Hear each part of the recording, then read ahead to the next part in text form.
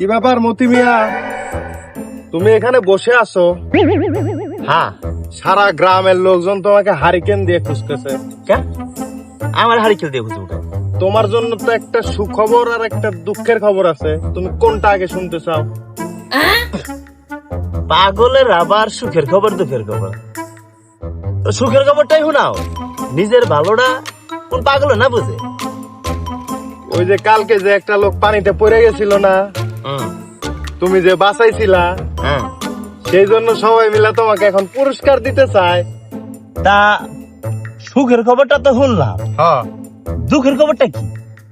মানে দুঃখের খবরটা হইলো তুমি যে লোকটাকে বাঁচিয়েছো, সেই লোকটা তো গাছের সাথে গলায় দড়ি দিয়ে মারা গেছে। আর না, মরে নাই। কি বলো তাহলে? যে আমি নিজের চোখে দেখে আসলাম সে গাছে ঝুলতেছে। আরে ওইটা না, আর ও কালকে পানিতে পড়ে গেল না, হ্যাঁ, এই তো ভিজা গেছিল গা, আর পানি পড়তাছে, কি অবস্থা, চুপ সুসা ভিজা গেছে গা। আমি কি করছি, রশি দিয়া গাছের লগে ঝুলাই থিছি, যাতে রই দেওয়ার বাতাস একটু শুকায়, আর শুকানোর লেগে ঝুলাই থিছিলাম গাছের মধ্যে। হায় হায়, পাগলে কয় কি? এমনি কি আরে মানছে মতি পাগল কয়?